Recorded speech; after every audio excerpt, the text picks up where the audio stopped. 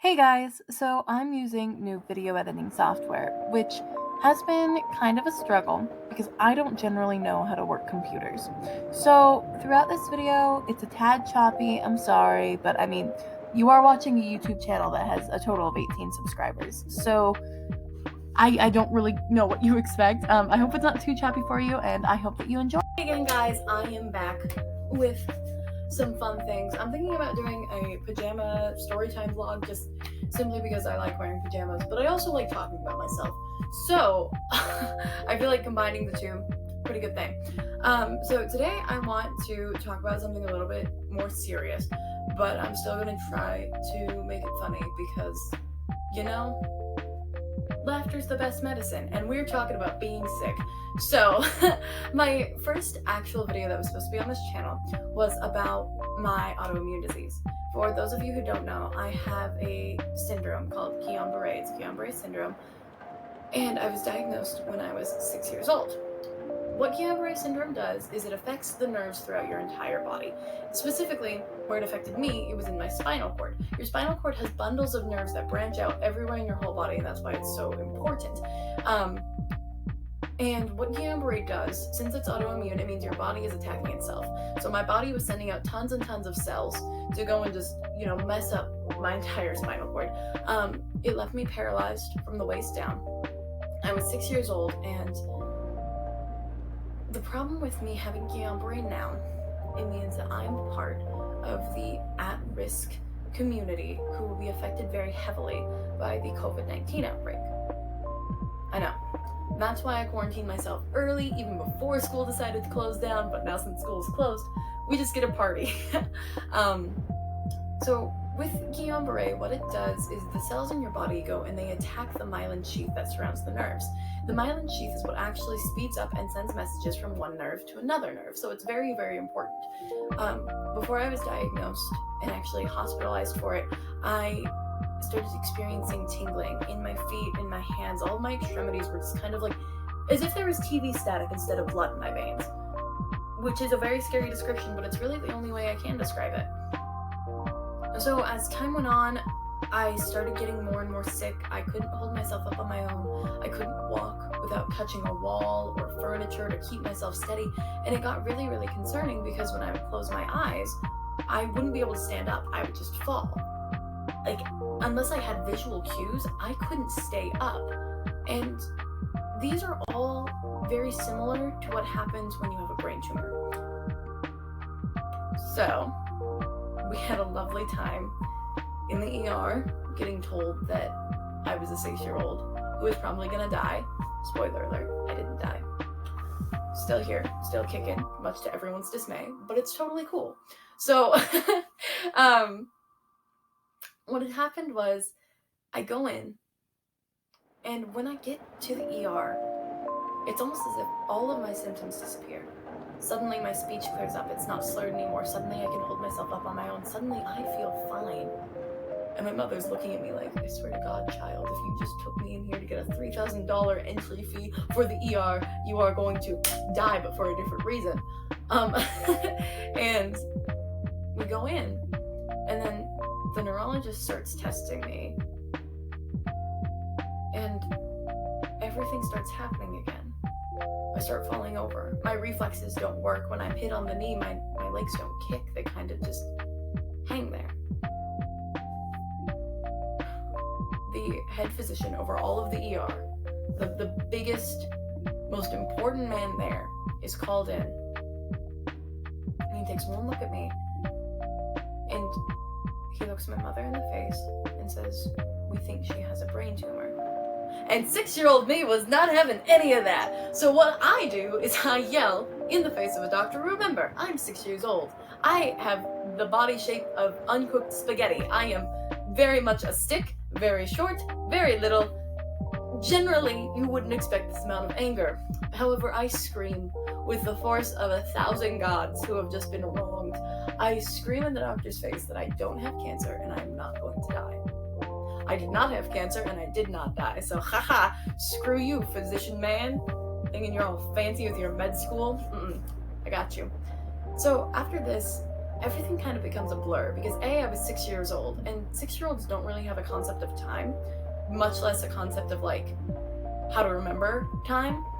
So, and also trauma like will mess you up. So, what had happened after that was I go in, don't close on me. I go in and everyone's doing tests. I'm in CAT scans, I'm in spinal taps. I woke up during a spinal tap during the last one actually. Did you know you can feel where your vertebrae are? I didn't know that. It's a little wild. I woke up during the final spinal tap, and in spinal taps, in case you don't know, there's a very large needle, and this needle goes into the base of your tailbone, and it goes up, and then they extract spinal fluid, and then they pull it out. Generally, people are under anesthetics for this. I was under anesthetics, but my little body decided to just get rid of them. So I wake up and the doctors and nurses are freaking out and I can hear that, and I'm like, my eyes are opening and I'm like, oof, that's a sharp pain in my tailbone. Almost as if there's a needle in it. Yeah. Hospital was not a good experience. But we live and we learn and we move on. The problem with me having GBS now, there's no cure for Guillain-Barré. It kind of just goes dormant, and then it could possibly come back. It might never come back, no one really knows. But with outbreaks of this magnitude, I am at risk because I haven't been able to get any vaccines since I was 6 years old. One of the many side effects of many commonly used vaccines, it's not even a side effect, I shouldn't say side effect, one of the possible side effects for those who have a history of Guillain-Barré is relapse. And I may be a risk taker, but I have to draw the line somewhere, and I draw the line there. So with COVID-19, it's very difficult because if I were to get sick and develop like pneumonia, because I have the immune system of a 79-year-old woman, what happens then? No one really knows. So this is a PSA to wash your filthy hands. This is a PSA to not cough near me. This is a PSA to socially isolate yourself and, I don't know, spend time making YouTube videos on the floor or in a chair or anywhere else where you feel comfortable. Personally, even though it's gonna suck being locked in my house for the next 2 weeks minimum, it's gonna give me a lot of time to reflect on not just myself, but the state of the world, the state of everything, really. And I think that ultimately things will get worse before they get better. More people will get sick. More people will be hospitalized. More people will realize that this isn't just the flu 2 electric boogaloo. This is COVID-19. But through great turmoil comes great strength. I've seen absolutely beautiful things happen because of this. I've watched videos of Italians sitting outside on their balconies every day at noon singing. I've seen Japanese middle schoolers holding graduation ceremonies in Minecraft because how else are they going to do it? I've seen people be kind and loving, even in the face of adversity. And I truly, truly do believe that life will be sorted into 2 categories. Pre-COVID, post-COVID, much like pre-9/11 and post-9/11. And personally, I may be biased because I do like living to see my 18th birthday. But personally, if life changes and people are much more aware of illness and much more aware of the spread of germs and diseases, and people are washing their hands more and going out less, I don't know if it's a bad thing. And I don't think it'll be a bad thing if people work through this with love and support and respect for those in my position, those who never had a choice, those who never got a say in their own health. So, just some food for thought for all you lovely viewers, all 15 of my subscribers.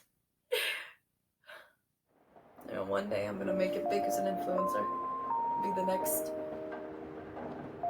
want to say Jake Paul, but he's the only YouTuber I can think of. I'll be the next Dan Howell. I'll be a lovely little British boy.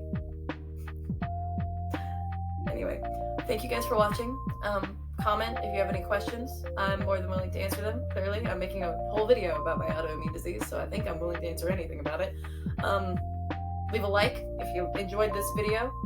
Right now, all my videos have a 100% rating, like thumbs up rating. What is it, the ratio of thumbs up to thumbs down? I'm very, very good at speaking English. It's my first language. And share this video if you or someone you love has been diagnosed with mesothelioma. Hello? Okay. Just share this video if you like it, and if you think more people need to hear about these sort of somewhat positive things coming out of being locked in your house for a while. Yeah. Subscribe. That's the last thing that you need to do. And then after that, you need to drink water, wash your hands, and stay healthy. I'll see you guys in the next one. Bye.